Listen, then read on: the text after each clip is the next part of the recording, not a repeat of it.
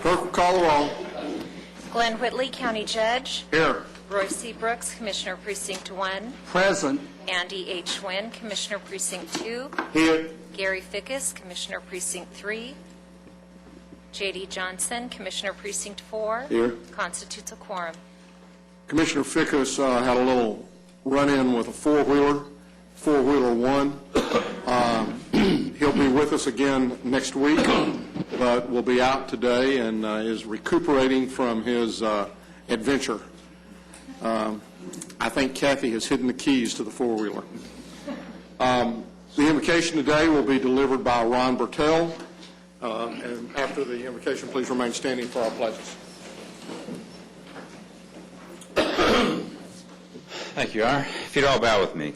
Our Heavenly Father, we thank you for this day, and we thank you for this court that recognizes the need to begin these proceedings by appealing to you for wisdom. Your word in Isaiah says, "For the nation or kingdom that will not serve God will perish. It will be utterly ruined." Your word also in James says, "If anyone lacks wisdom, you should ask God, who gives generously to all without finding fault, and it will be given to you." So, Lord, today I ask on behalf of everyone here that you give us wisdom, that we can know your will and do your will and serve you in a way that this nation will continue to prosper, this county will continue to prosper, that your favor and blessing will just be a part of our everyday lives. And we just thank you so much for the blessings that you give us. In Jesus' name, amen. Amen. I pledge allegiance to the flag of the United States of America and to the republic for which it stands, one nation, under God, indivisible, with liberty and justice for all. Honor the Texas flag. I pledge allegiance to thee, Texas, one state, under God, one and indivisible. Thank you, Ron. Mr. Manius, agenda announcements. Thank you, Your Honor. Members of the court, we have 2 agenda announcements, and then we're going to take several items out of order on the agenda. The first agenda announcement is under the Administrator's Report, item 9A3. This is in the local agreement with the City of Fort Worth. We're going to hold that until we finish our briefing session today. We'll take it before we go into close. Also, members of the court, under purchasing, item 9I3. This is bid number 2011-096 for the sale of recycled paper. We're going to ask that we hold that particular item for a week. Now, as it relates to the sequence of events today, we're going to take several things out of order. We're first going to move to bonds, and we're going to ask, and I'm not asking you to do this now, but let me tell you how the order should be. We're going to ask that the court approve the bonds, the 2 bonds for the tax assessor collector. At that point, once that action has occurred, we're going to ask that Mr. Ron Wright come forward and that, Your Honor, if you'll do the honors of swearing him into office. After that point, we will take about a 3 to 5 minute break while we conduct or finish all the paperwork in order to get it down to Austin today. And then we will resume our regularly agendized items on the agenda. So, Your Honor, if we could at this time, if we could move to the bonds. I believe that, Ms. Diamond, are you here to address the court? I am. Okay, great. Members of the court, the bonds have been examined and they are in proper form. We would request that you approve the 2 bonds. Do these need to be done 2 separate motions? You can do them in 1 or in 2. Then I would, there's a motion that you've prepared that says, move to approve the bond of the Tarrant County Tax Assessor Collector Ronald Jack Wright payable to the Governor of the State of Texas in the amount of $100,000, and the bond of Tarrant County Tax Assessor Collector Ronald Jack Wright payable to the Tarrant County Commissioners Court in the amount of $100,000. I'll make that motion. I will second. We have a motion and a second. Please vote. Motion passes unanimously. And at this time, I'll ask Ron to come forward. And if you'd like to come forward also, Susan, come on forward too, and we'll come on up here. We'll get it done up here, and it'll make Ann's job a little bit more difficult. And if you want to come over here where you can take pictures, y'all come on up here too, and we'll better get them both, or we'll be in trouble.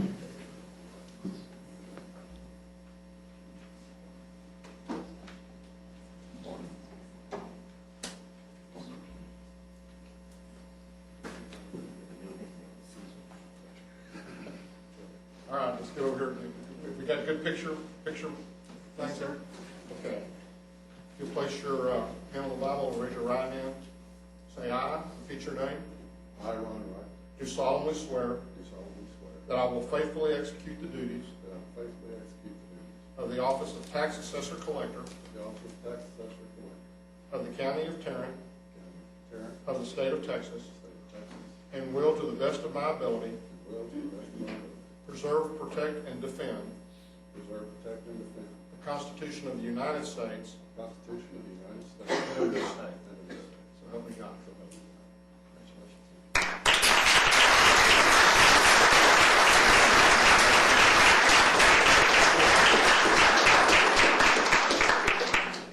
Now, just 1 second.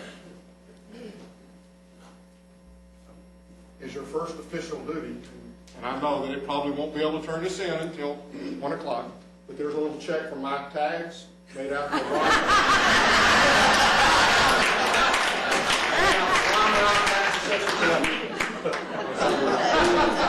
Now we'll see if he knows what to do with it.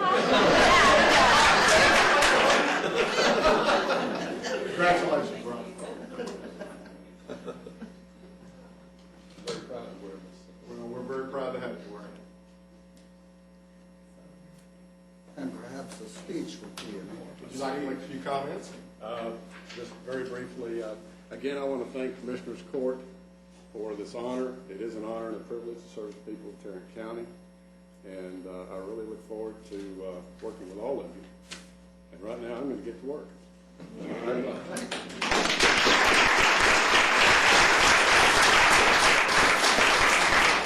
Now, as Ann indicated, or as DK indicated, we're going to recess for about 5 minutes while we do a bunch of signing and notarizing and officiating. So if you'll just bear with us for about 5 minutes, we'll go and do some signing.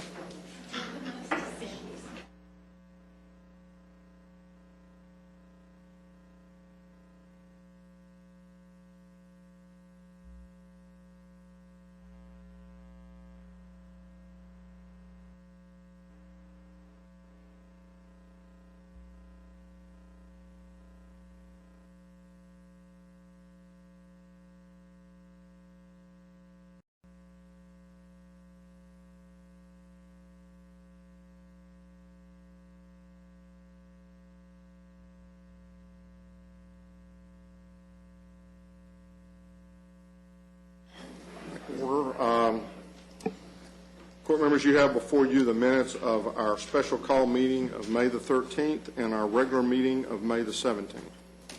Move approval. Second? We have a motion and a second. Any discussion? Please vote. Motion passes unanimously.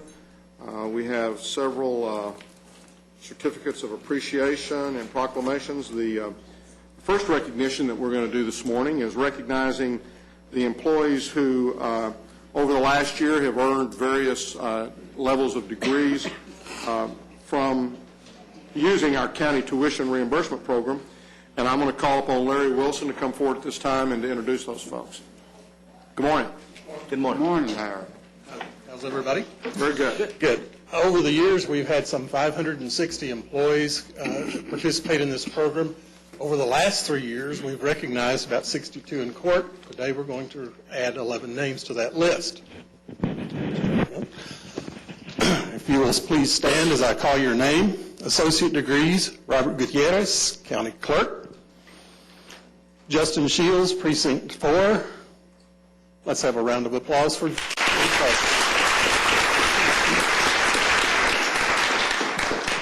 Bachelor's degrees, Robert again. Now, I'll let him tell you how he did that and still stay within the policy, okay? So, Patricia James, CSCD. Jason Peters, County Clerk. Stephanie Rhodes Reese, District Clerk. Holly Webb, County Clerk. These are the bachelor's degrees. Let's have a round of applause.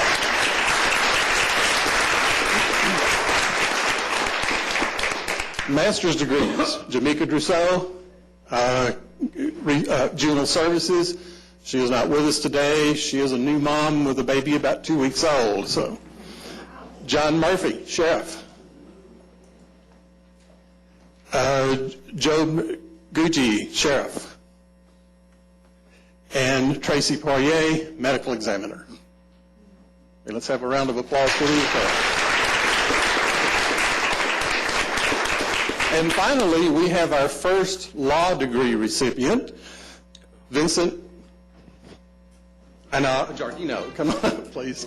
Now you know how I feel every first Tuesday, don't you? What's that? Now you know how I feel every first Tuesday. I when you do. find out. And I meant to apologize in advance for our name mispronunciation. Vince is asked to address the commissioners. Congratulations. Thank you. Thank you, Commissioner. Get that back in there. Members of the court, the Texas Rangers' success over the past couple of years can be attributed to their farm system, consistently the best in baseball. The Rangers recruited and invested in talented people, developed those skills in-house, and now they reap the rewards of an all-star team. The same credit goes to the Commissioner's Court for the tuition reimbursement program. Those who completed degrees in 2010 are certainly grateful for the generous assistance provided, but now we can do more for the county and its citizens than ever before. And the institutional memory we retain and bring to our new and future positions within the county can only serve the public that much better. I started with Tarrant County as a court coordinator at the age of 22 with a handful of college credits. I made a generous salary, but I still struggled putting aside money for college. The tuition reimbursement program was more than significant. It was crucial in allowing me to finish my college degree. After graduating from UTA with honors in 2006, I wrote to each commissioner, thanking them for the program and for the substantial assistance in urging the court to keep the program open. After 4 years of law school, I passed the bar early and graduated with my Juris Doctorate. As he said, I believe I am the first one in the county to graduate with a law degree under this program. On January 4th of this year, Joe Shannon swore me in as an assistant district attorney for Tarrant County. I switched branches of government.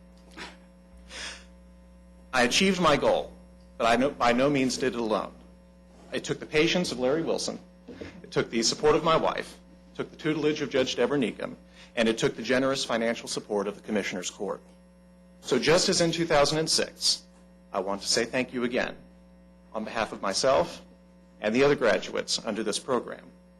Thank you for the investment you made in all of us. On behalf of the past, present, and future beneficiaries of this program, we urge you to keep investing in the talented people you have recruited. We look forward to serving the citizens of Tarrant County for many years to come. Thank you.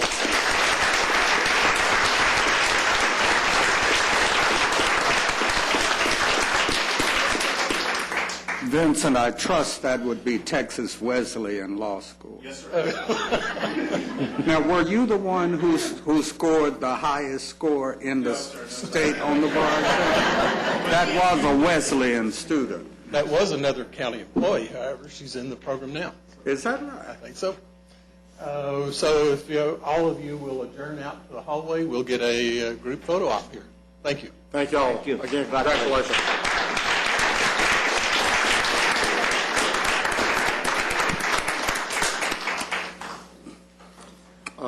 Next, I have a proclamation on for Memorial Day, and that's for ratification only, and I'll move its approval. Second. We have a motion and a second. Any discussion? Please vote. Motion passes unanimously. Next, we have some certificates of appreciation. Commissioner Johnson. Yes, Your Honor. We have three, but two of these are for ratification only. The Leisure Food and 5-Star Correctional, I would move approval. Second. We have a motion and a second. Any discussion? Please vote. Motion passes unanimously. And then the third one is a certificate of appreciation for Tarrant County Credit Union. If you would read that into the record, please. Tarrant County Credit Union, presented to Tarrant County Credit Union, May 2011, the Commissioners Court of Tarrant County, on behalf of all the employees of Tarrant County, do hereby commend the Tarrant County Credit Union for their generous show of support in hosting Tarrant County's 23rd Annual Employee Appreciation Day. And I would move for its approval. Second. We have a motion and a second. Please vote. Motion passes unanimously. And I see our three musketeers back there in the back. So, Yeah, our district attorney never did get to, that we have now, never did get to participate in this, but Tim Curry and I started this, Joe, several years ago, and thanks to the credit union, they rescued us several years ago and started paying the bill. We really appreciate that, but I want to say this, that they're helpful in so many ways to Tarrant County. If you recall last Tuesday, those of you who were here, there was a collection made, a collection to send a package to Afghanistan of supplies for the combat hospital. And several dollars were collected, but there's still the chinchy people like GK and others, you know, that don't always come through with enough. And so we were a couple of $100 short of our target. The credit union made up the difference. So I think we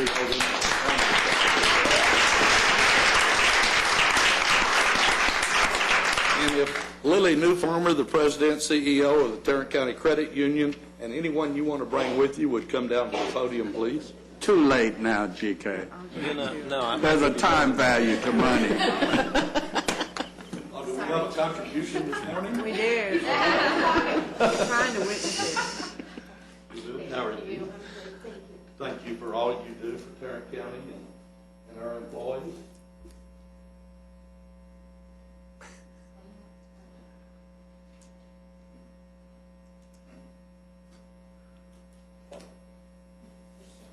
I read the book. I got it. All right. Thank you. Comments you'd I like to do. make? Thank you very much. Thank you, Commissioner. You know, you're going to ask if I have a few comments. I have to say yes. But first of all, good morning, Judge and Commissioners. First of all, on behalf of the Board of Directors and the staff of Tarrant County Credit Union, thank you very much for the special recognition. We really do appreciate it. Over 50 years ago, we were chartered to specifically serve the employees of Tarrant County. So it is always a great pleasure of ours to be able to participate in the festivities honoring those employees. I want to take a quick second to thank Ann Farmer and my own Catherine Rotter. I know they're here today. They do a great job, and they're the ones that are behind the scenes making CEAD the great success that it is year after year. Yep, I wanted to make sure. I knew Catherine was here, but... And I also want to thank Carla Reeves, who I understand did a fabulous job in my absence. She's back there cringing as well. I suggested that she come up and accept this award to sort of complete her full circle of duties in my absence, but she very quickly, said no way, right. So that being said, just on a final note, I do want to take the opportunity to thank each of you for your continued support. We're really very happy and pleased to be considered part of the Tarrant County family, and we look forward to our continued partnership. Thank you very much.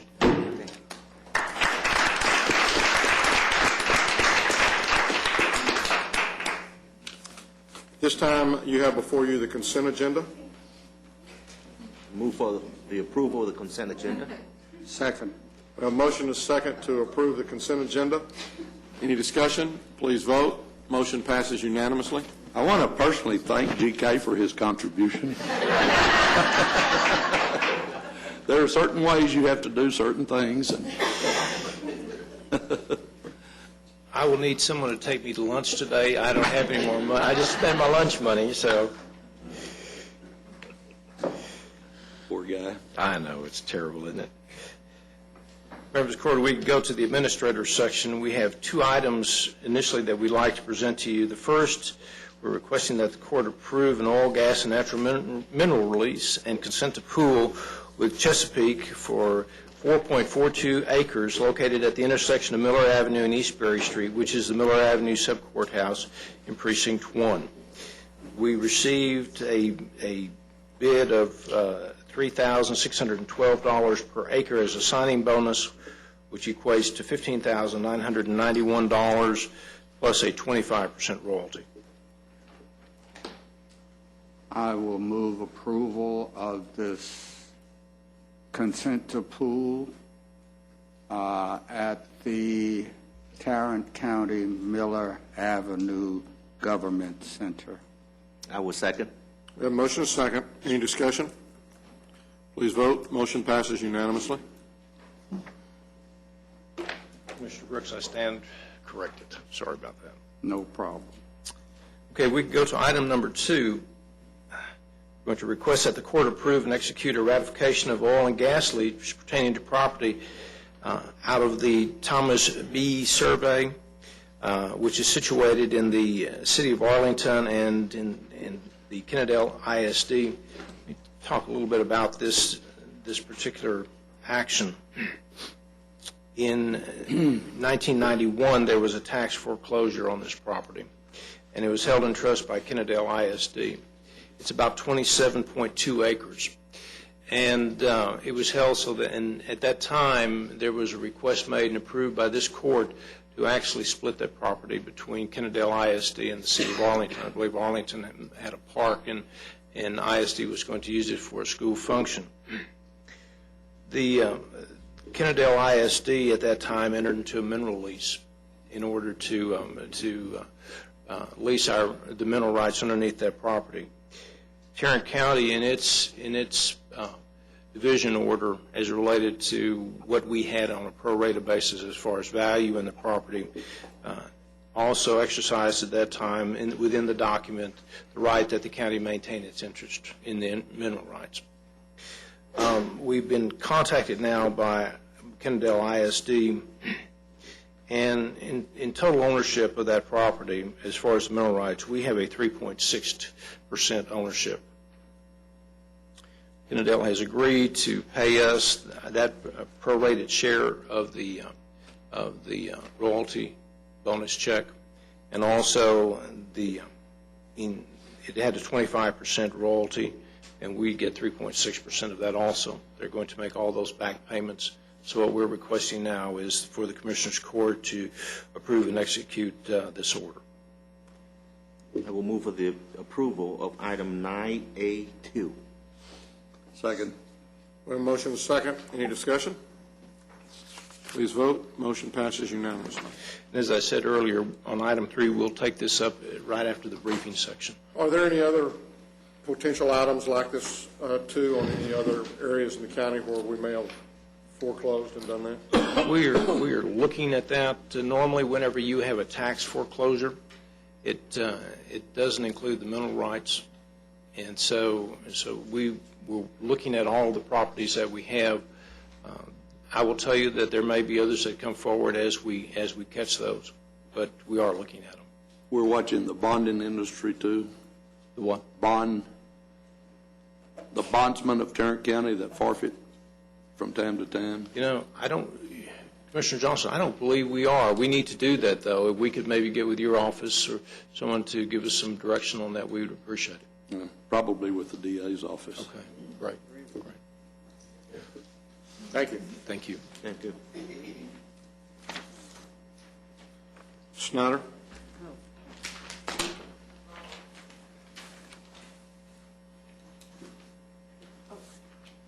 Actually, Helen from our office is off at the post office right now mailing about half of those packages that were collected for the troops. So, half of them to go. Filled up her car. The Risk Management Board is recommending the payment of the 2 claims that are listed on your agenda. Move approval. Second. We have a motion and a second. Any discussion? Please vote. Motion passes unanimously. Thank you. Thank you. Sugar. Good morning, Judge. Good morning, Commissioners. Good morning.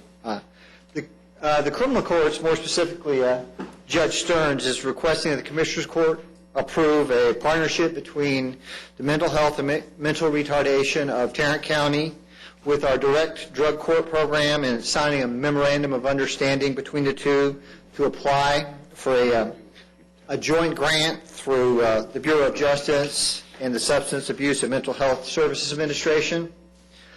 This 3-year grant is advantageous to the adult drug court, which we call the direct program, and Tarrant County. What I've learned in the last few weeks is drug courts are a proactive treatment program that have a criminal justice beginning and a criminal justice ending. And the purpose of this grant is to provide $975,000 worth of treatment dollars available to MHMR to directly get access to treatment for the people in the drug court program.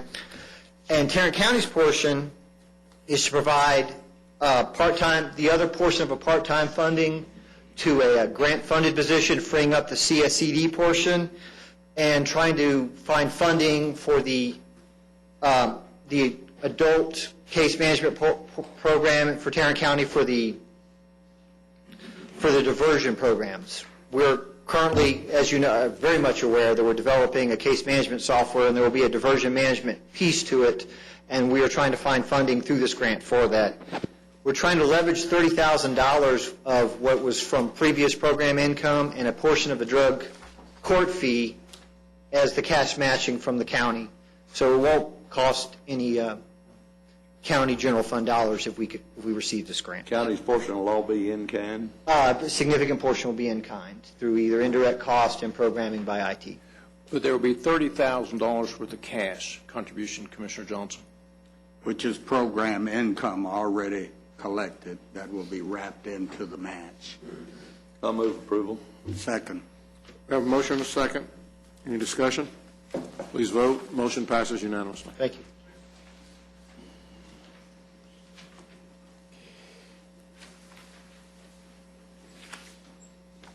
Under the District Attorney's Office, item D2, requesting approval of the supplemental agreement that will continue our efforts with this program and reimburse us for $5,000 additional dollars.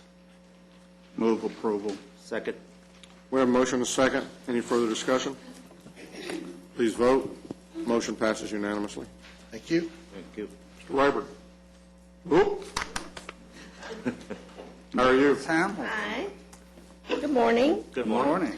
I'm here to ask the court to canvass the results of the local option election in Arlington on May 14th.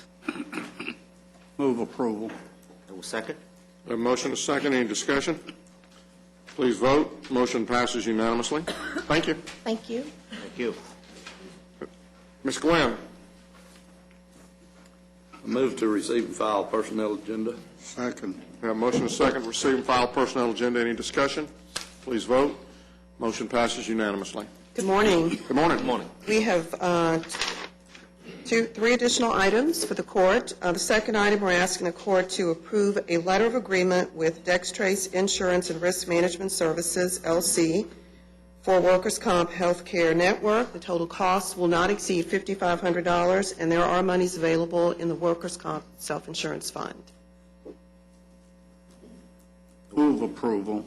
Second. We have a motion and a second. This is a consulting relationship designed to help us structure this network. That's correct. Okay.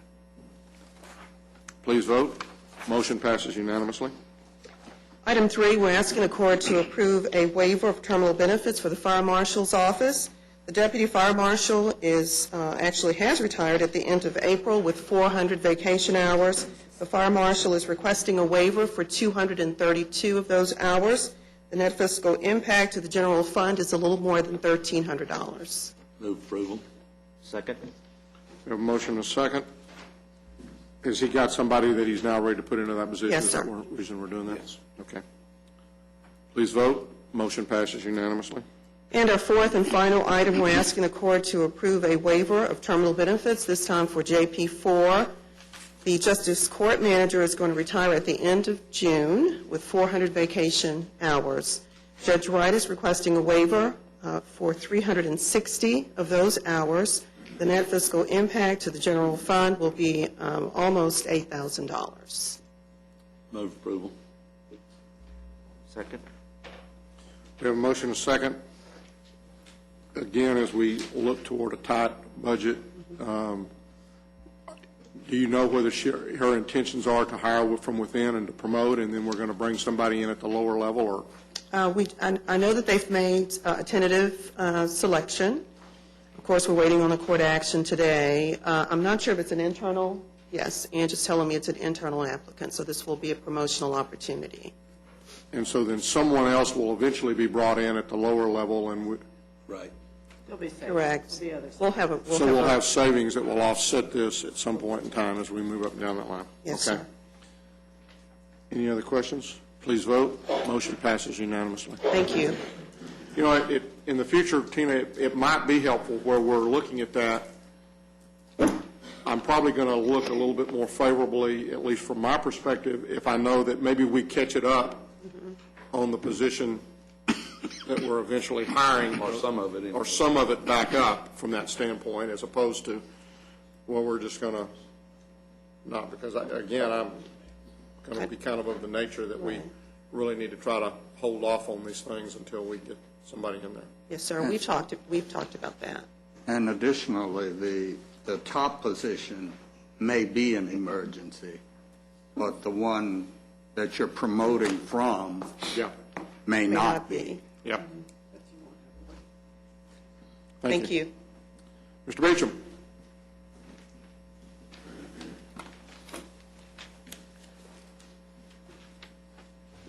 Good morning. Morning. I'm sorry Mr. Rayburn couldn't be here. I was going to ask both of you if LSU was playing baseball this year. This isn't the day to be asking that question. We have several items for your consideration this morning, that being 3. The Mavericks are still playing. Yes, sir.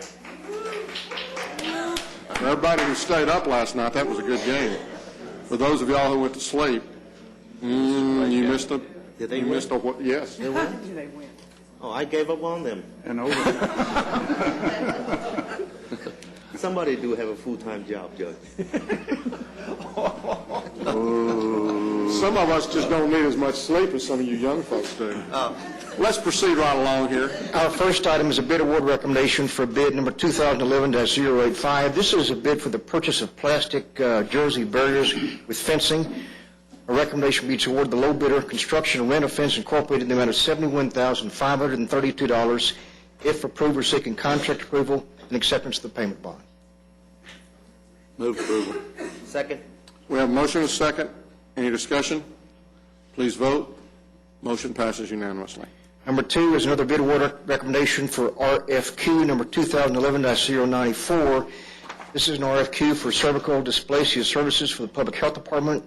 Recommendation be to award to Planned Parenthood of North Texas, the amount of $15,347. Again, if this is approved, we're seeking contract approval. Move approval. Second. We have a motion and a second. Any discussion? Please vote. Motion passes unanimously. If we could now skip to our item number 4, this is an item from which we're seeking court approval for the office supply substitution program that we mentioned in the budget brainstorming session at the Family Law Center on the 25th of April. This is a potential of savings up to 24%. Our plans are to send a countywide email out prior to June 1, and understand and talking to the district clerk that they have extra pens if people need them. Move approval. I will second. We have a motion and a second. Any additional discussion? Please vote. Motion passes unanimously. Thank you, Jack.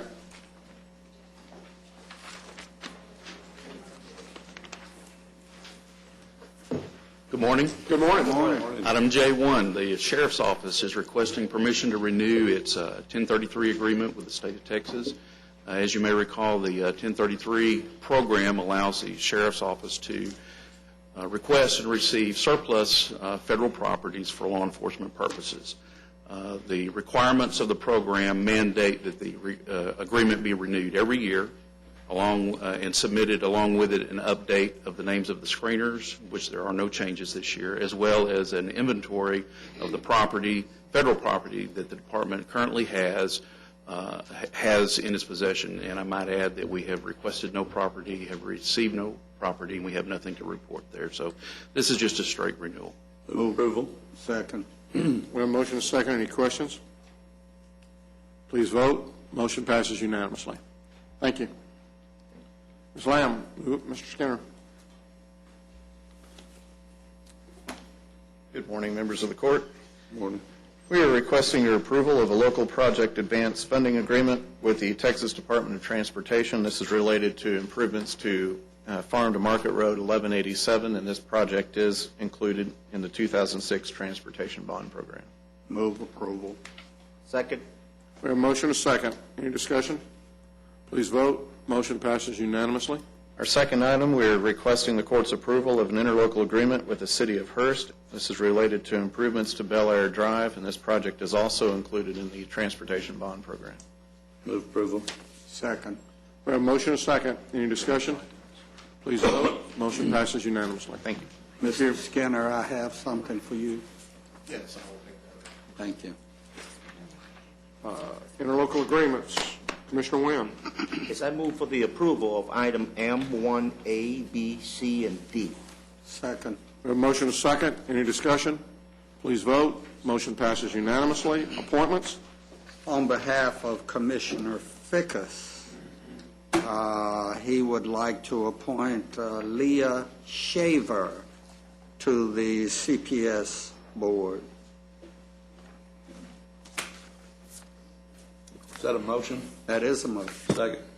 We have a motion and a second to appoint Leah Shaver to the CPS board, and I am assuming that we have done all the background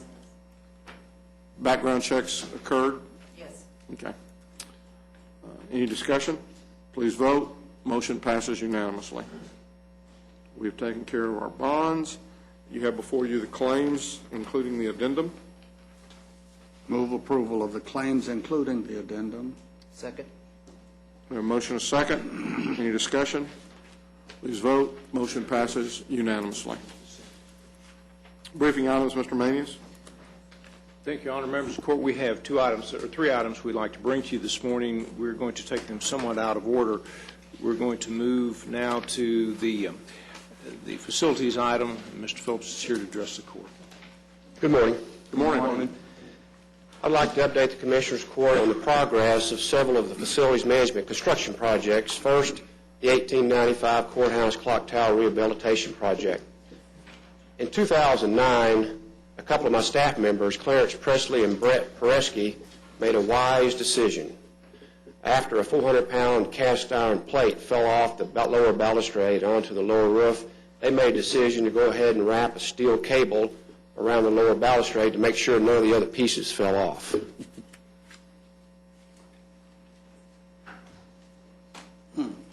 In this photo, you can see the steel cable. I genuinely believe without that steel cable over the last couple of years, that balustrade would have slipped right off the building and on through the roof. You can see at the lower section of those vertical balusters, there's a black roofing cement that's been painted to look like granite. That roofing cement has been holding together that balustrade assembly for decades, and it's begun to fail over the last couple of years. This is a photo which was taken a few weeks ago after the asbestos-containing roofing cement was abated. You'll note that we had to add some additional bracing on this particular balustrade from the scaffolding system because now the top rail, the balusters, and the end box is doing nothing more than float around in the air because it would have fell off otherwise. This is a photo of the cast iron end box top. You can see where the asbestos has been abated. You can see how it's pulled away from the granite building a few inches. Also, if you'll note that little circle, that's a little rusty-looking circle, we believe that's where a cast iron urn used to sit back in the 1920s. So do we know what happened to that cast iron urn? It's gone. Well, excuse me, that was fairly obvious. The question was, do we know where it went? It probably went wherever the other 10 or 12 of them went. So we should search for the missing urns. It's being stored with the neon flag that used to grace the top of the dome. The next few slides demonstrate some of the tensile, compressive, and shear, forces that the cast iron has been subject to over the last few decades. This is a shot of some damage on the cornice, lower cornice section. This is another shot of a cornice, that connection that doesn't connect like it's supposed to anymore. On this particular photo, here's a corner that the cornice where it's been uncovered from the roofing cement, where the brackets behind the corner are just totally missing altogether.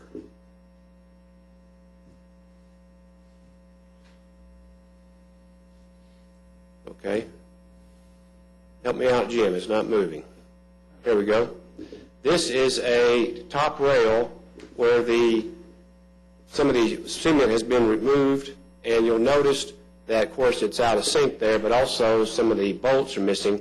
The abatement workers did not remove those bolts. Those bolts weren't there to begin with. They've been gone many, many, many years. This slide kind of sums up the work of the balustrade. The asbestos-containing roofing cement that was painted had been covering up damage for decades. Now we have gone up there, supported the balustrade, removed the cement, and now we've found a lot of damage. Now that balustrade is eventually all coming down. Yes, Judge, it is. Our next step, basically the general contractor in his contract, we did provide for an allowance to deal and address with hidden conditions. And I'm not sure it's going to be enough. We had quite a bit of damage. We found quite a bit of damage before when we did some inspections. We addressed those in the base project, in the base bid. However, we did put an allowance in there to address some of these hidden conditions, and there are a lot of them. So I'll know more in a few months of what the actual damage dollar-wise will be. Now, however, moving forward, we are going to be taking off the balustrade pieces, piece by piece, with the crane over the next few weeks. And when they finish that, they're going to bring the scaffolding system on up closer to the tower and go up vertically all the way to the cupola. And that will happen in June. In June? In June. So they'll go all the way up, and then while they're working with the capula, or the cupola, or whatever they call it, they'll be rebuilding the balustrade for installation as they come back down from that, and eventually we'll put the balustrade back in. Yes, sir. They will have a lot of time. They're inventorying and cataloging the pieces. We're going to figure out which pieces we can reuse and which ones you can't. Our next big exposure is when they take off the copper around the dome, the structural dome, and we'll see what kind of shape the structural steel's in below the copper, where we can't see it now. I noticed the clock is backed up on us 15 minutes. It did. It moved around on us. Do we know what caused that, or we just decided it wanted to go back in time 15 minutes? I'm not sure exactly what caused that. We adjusted it to county time. Moving on to the... It must be administration time, not necessarily county time. It's just administrator's office. That should be another donation to this. Moving on to the jail project, the brick and the granite is being attached to the outside of the building now, and it looks great. Next to the Gilbane and Pegasus construction trailers on Weatherford Street, there's a large masonry mock-up panel that represents the top part of the building, and it has a lot of cast stone, very articulated cast stone blocks on it. If you get a chance, you need to go by and see it, because you can see it up close. It'll be hard to see up close when it's on the building. It is very, very impressive. That cast stone is made from Advanced Cast Stone Company right here in Fort Worth, Texas. They're not the same ones that do the cast stone around the balustrade, are they? I don't think so. That was cast iron. Cast iron. Yeah. Regarding the inmate cell concrete masonry unit is progressing, and the utility work out on the street that I discussed with you a few months ago is complete. Please be advised that we're going to be installing a sky bridge between the new jail and the existing correction center at the medical floor level. They're going to be bringing the sky bridge framing in on trucks. We're going to weld it together and hoist it into place sometime in June. What floor does that come across on? That'll be on the 5th floor of the Correction Center and the 4th floor of the new jail, which is the floor below the top on the new jail. Moving on to the medical examiners, one of them's lower than. Well, I kind of figured that. I thought that might be the case. Yeah. Either that or somebody who couldn't count the littering that was numbering the floors. Moving on to the medical examiner's office, that building is in the dry. The laboratory built-in casework is in progress, and the cabinets and countertops look great. The acid waste neutralization tank and the solids receptor tank that have both been placed in the ground, covered up, and hooked up.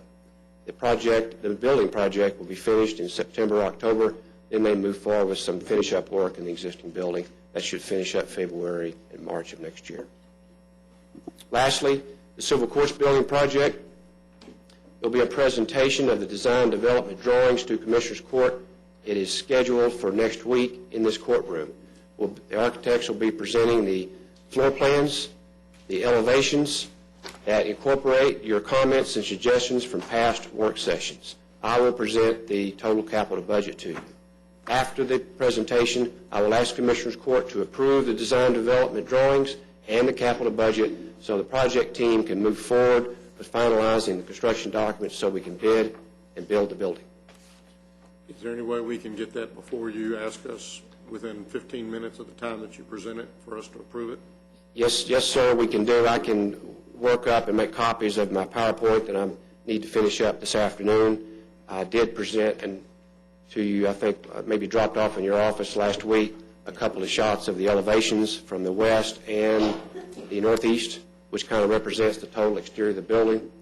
And I just now received some of the final interior lobby elevations. The interior you're asking us to approve next week? The interior and exterior. The whole enchilada dinner, so we'll move forward. That'll be probably the last time you see us in a formal, full architectural presentation, because after that, it's really about getting down to the nuts and bolts of finishing the design and bidding the project. And that's all I have this morning. How are we doing on our budgets with regards to the jail and the medical examiner's office? We're doing just fine. Want to be a little bit more specific? We have, I don't have those numbers off the top of my head, Judge. I do know we haven't moved in we have a 5% contingency in each project. And I don't believe we touched much of it in the jail whatsoever. And I think in the medical examiner, we've just touched just a fraction. And a fraction being probably less than $100,000. Now, in the medical examiner, we were under enough that we were able to go back in, and didn't we add the third floor? Yes, sir.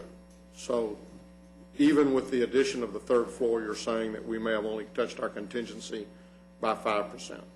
That's correct. And our contingency is 5% over the total project. That's what we put in all our capital projects for unknown and hidden conditions. And I don't believe we've touched much of it in the medical examiner office. But in the original budget for the medical examiner's office, we had the budget, but the third floor was an alternate. And we bought the alternate out, and still we believe we can deliver this building below the $26.5 million that the voters approved in 2006. Okay. And even with the third and what floor. you're telling me is on the jail, you don't believe we've touched the 5% yet, so we should be under budget on the jail also. We will be under budget on the jail. You know, the court might remember when we did the medical examiner's office on the 26.5, when we initially had looked at the first budgets for that, it was about 27, we estimated about 27.5, and we had dedicated $1 million worth of interest if we had to cover that in order to do the third floor. What's happened is that the bids came in actually underneath the amount of money that the voters actually approved for their project. So that's really good news. And David is keeping these projects, they're on time and in budget. They're moving very well. We've had some good success. We had a good team together. That's all I have this morning. Any questions? Any other? Thank you. Thank you. Thank you, David.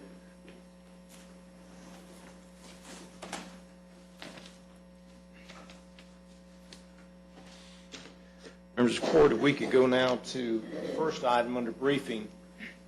This concerns a policy relating to the utilization of funds from road project savings.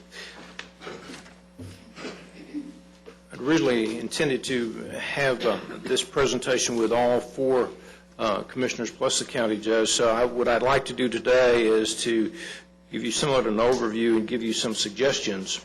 I've asked Renee to come forward and to assist on this and answer any questions. But let me start. First of all, let me say that, as you might remember, the county, through its voters, passed a bond issue in 2006. And it was $433 million of that particular bond package. There was $200 million of that for road projects. Prior to going into the bond program and asking the voters for approval, which they approved with over 70% of the vote, we had a call for projects with our municipalities, and we ranked some various projects, and we had a listing of projects that we had anticipated moving forward with if, in fact, the voters would approve the bonds, which they did. Part of that was for projects within the municipalities. There was also some discretionary money that was given to each of the court members, $10 million per court member.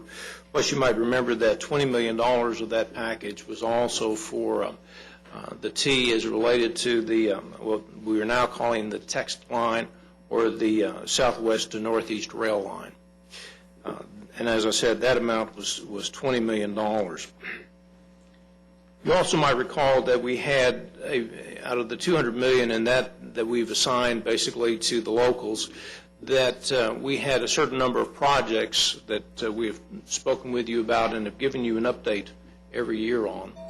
And we've actually moved down that project list, and with the monies that we had available, we focused on 71 different projects, local projects.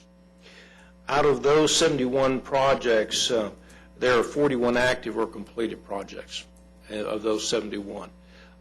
10 of the 41 have been fully completed. So we have 31 ongoing projects. We have 10 completed projects, and we have a total of 71 projects that we have allocated some funding for. Now, that doesn't include the discretionary, nor does it include the T revenue. We are now 5 years into this project, and basically at midpoint. And there have been projects that have been completed that we've closed the books on. And there have been some not salary savings, but project savings, excuse me. Let me tell you how we derive some of these numbers. While we may recognize some savings in projects, if those projects are not completed yet, we have still encumbered that certain amount of money for those projects. And the auditor's office and transportation do not move a project savings over to the savings category until we have finalized that entire project.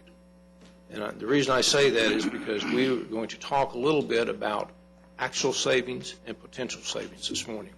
The actual savings are in those projects that we've completed, that there's no more work, all the bills have been paid, and there have been savings on that. According to the auditor's office, we believe that we have about $1.4 million currently in that type of savings. We've also identified other projects that we're working on that contracts have been let, and there's a number of these projects. We believe that with some reliability that we should experience about $9 million worth of savings in those projects also. Those are projected savings because the projects haven't been completed, but they will be completed, and then that money. Plus the 4? I'm sorry? Plus the 4? The $1.4 million? Yeah. Yes, in addition to the $1.4 million. So $1.4 million in actual savings. Yes, it's approximately, and I'll talk in approximate numbers, we have in recognized savings and anticipated savings, we are looking at about $11 million currently. And Renee, if I'm missing any of those numbers, please tell me. So the question becomes, with being halfway through the projects or halfway through the 10-year funding cycle, how do we move forward, and how do we maybe use some of those savings and anticipated savings? We believe that we need to do several things. First of all, and transportation has recommended this, and it's going to take the lead now that we halfway through the funding cycles. We need to really go back to those entities that basically stated that they had projects ready to go. Our goal, if you might remember, was that a project, if it made the list, it needed to start within the first 3 years of the funding. And those projects that have not been funded yet, and it's not because of a hesitancy on the county, but because municipalities, for one reason or the other, either do not have the revenues available or an interlocal has simply not been worked out. We're going to ask Transportation to meet with those entities, and the entities are going to need to tell us if, in fact, the project is still an active project, and if so, when they're going to start. And that really needs to be within a year to 2 years. If they can't do that, we need to free up that cash so that we can use it. We currently have sold out of the $200 million that we had in the transportation piece of the bond package. We've sold $126.7 million of that. So we have $73.3 million left to sell. We anticipate that we're going to sell some more debt if there's enough room under our existing debt service rate this year. Our goal is to sell all that debt, because if we're going to be spending this money on transportation, now's the time to do it. So then the question becomes, what do we do with the savings and the anticipated savings? We're going to recommend that rather than move any more or move down that list anymore, because those projects are so old, that we free up the savings, and then eventually the anticipated savings, when they become realized savings, into an area, and we want to propose two options to you. One option would be to take the monies that are available and divide them by 4, so that each commissioner's precinct would have an exact or the same amount of revenue that they could spend on projects. This would not be a project like a discretionary project, but one that the court gets to approve. Well, the court approves them all, but on the discretionary, if it's the commissioner's will, then the court, and it fits within our category, then the court approves those. Or second of all, to take all the money that is saved and put it in one pot, if you will, and allow the court to spend that money on transportation-related projects as they come forward, and the court as a whole determine which projects those should be. Either way, we believe that we should continue to strive for a 50-50 sharing relationship with the municipalities on these projects, if possible. It's going to be, if we get to a point where we have monies like the discretionary funds that do not require a 50-50 match, that there will be calls for projects that are there only because the county has money and the city may not have that money. We think that the partnership that we've had in the past with the municipalities have been a very good partnership, and it's shown the cooperative spirit that this county and all of our municipalities have created and continue to maintain. And we believe that we need to move that in the future. Obviously, though that is a decision for the Commissioner's Court to make. So what I would like to ask you to do is to have some discussion, or we're going to go ahead and agendize this for next week also, but to consider those options and give the staff feedback, because our intent is to get a consensus from the court, create a documented policy on how we're going to spend these funds, bring that to court for a formalized vote, and then staff is going to administer those funds as relates to that, as directed by that particular policy.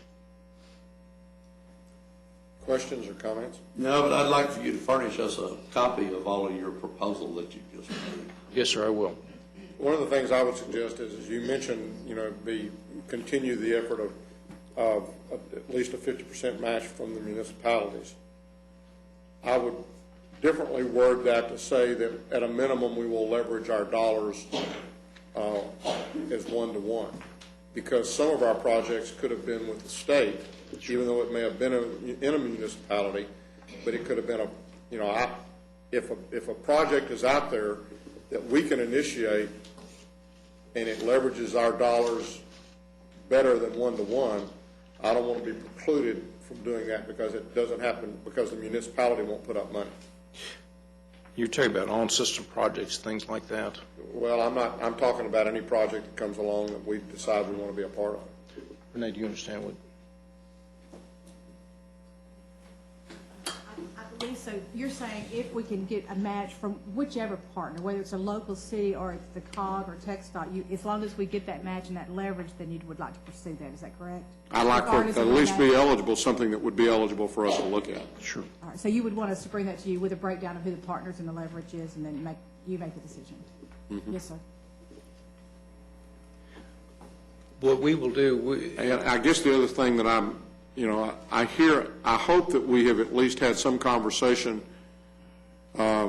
with some of the cities who may have been near that top of the list that didn't get funded because the $200 million stopped at that point in time. And I don't know I don't know who those cities are. Y'all may know individually whether you've got one of those cities or not, but we'll have a list for you. We need to go back and look at those. Okay? We do have a list of all the cities and all the projects that we're currently funding. And I know we ask everybody to be ready to go in 2 to 3 years, but we knew, even as a county at that point in time, that everybody couldn't go in 2 or 3 years because we didn't have the money to fund it in 2 or 3 years.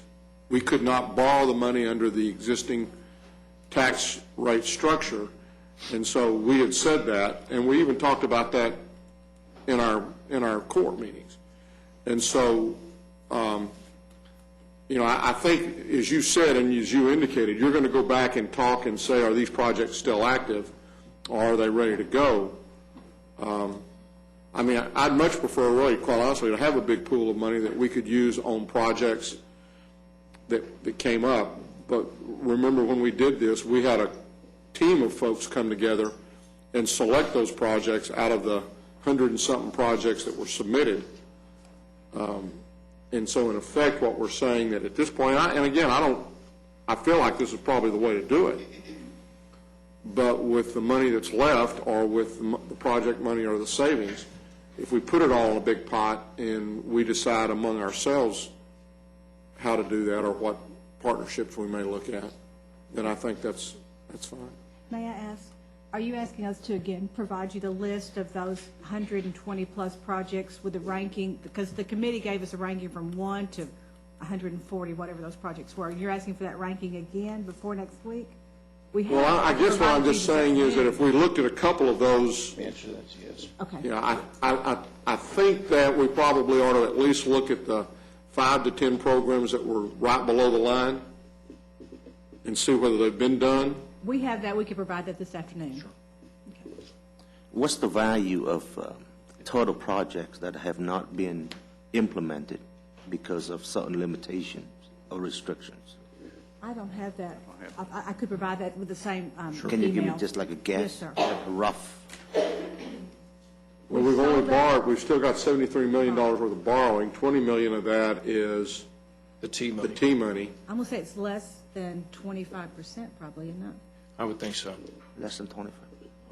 Thank you. Remember that how part much of y'all have individually spent of the $40 million you have. But if you take the 40 and the 20, that's $60 million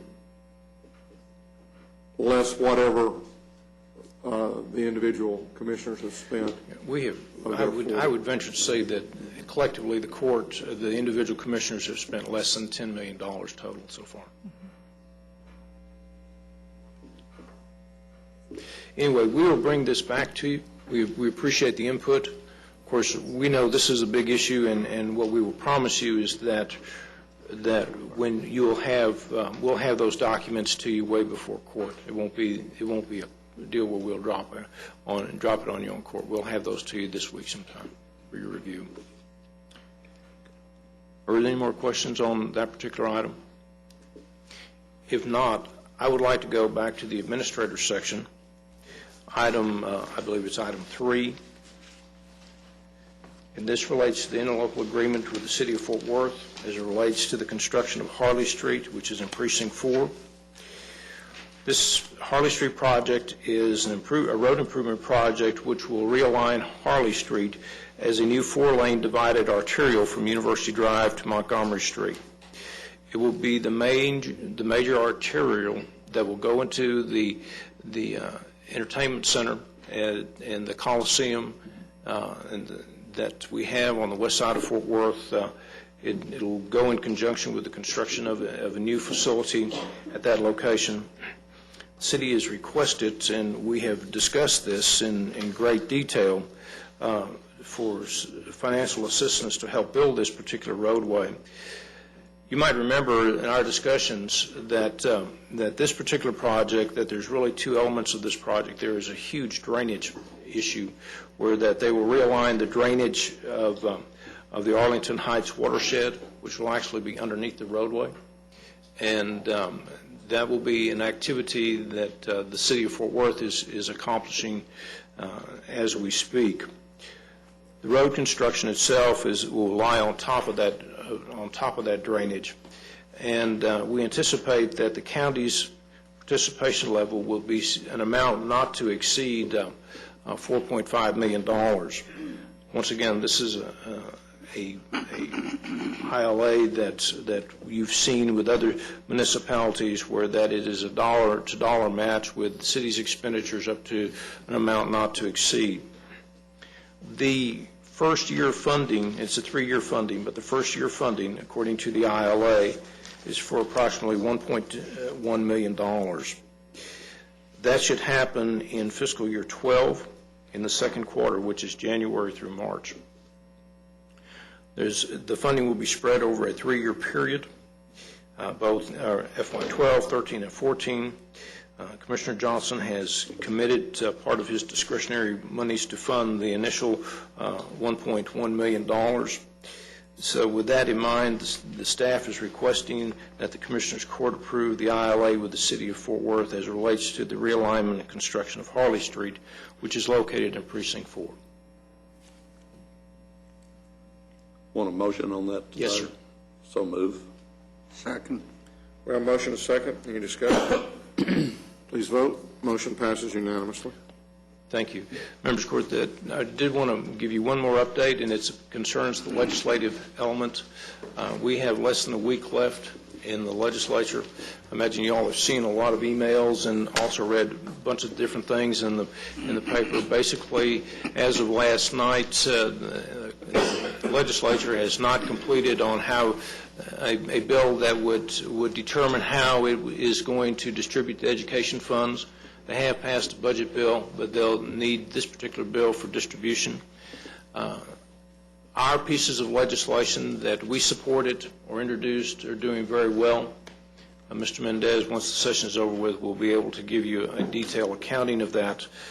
I would like to say that we've worked with our delegation as it relates to impact of the state budget on county government. And it's not a good situation.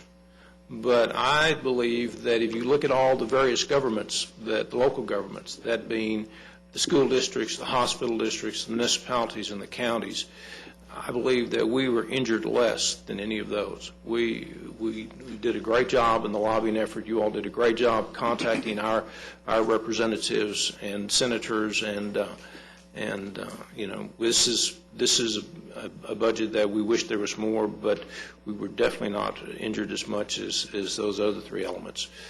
It looks like the two biggest losers in that is going to be the hospital district and the ISDs. And the hospital district as it relates to Medicaid funding, and the ISDs, there's still a $4 billion gap. But the session sine dies next Monday. So Mr. Mendez has included a memorandum in your packet, and I'll attempt to answer any questions that the court may have at this time. Any questions?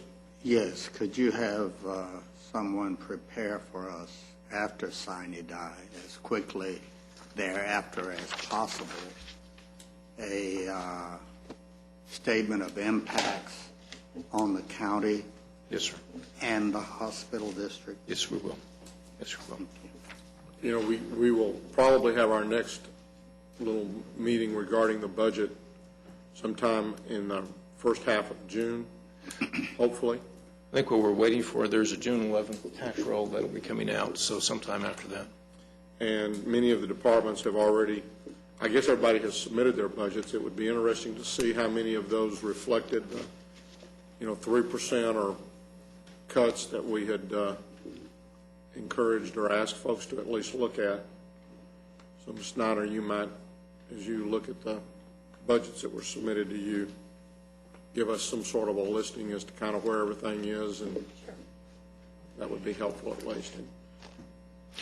That's all we have at this time, Your Honor. Okay. At this time, we will recess our open meeting and proceed to closed session to discuss items exempted under sections 551.071, 072, 074, 076, and 087 of the Texas Government Code.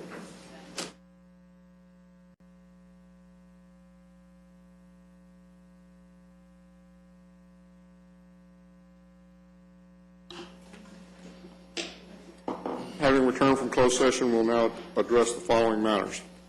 Thank you. Under the district attorney, the first item is permission to intervene in this lawsuit. We're requesting authorization to do so on behalf of the county.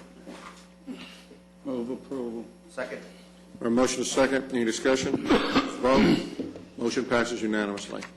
Moving back to the appointment, for a 1-year period of time, we've got an additional seat available to Tarrant County for on the COG board, and I would like to move that we appoint Andy Wynn for that 1-year term. Got a motion, a second. Any discussion? Please vote. Motion passes unanimously. There being no further business, we're adjourned.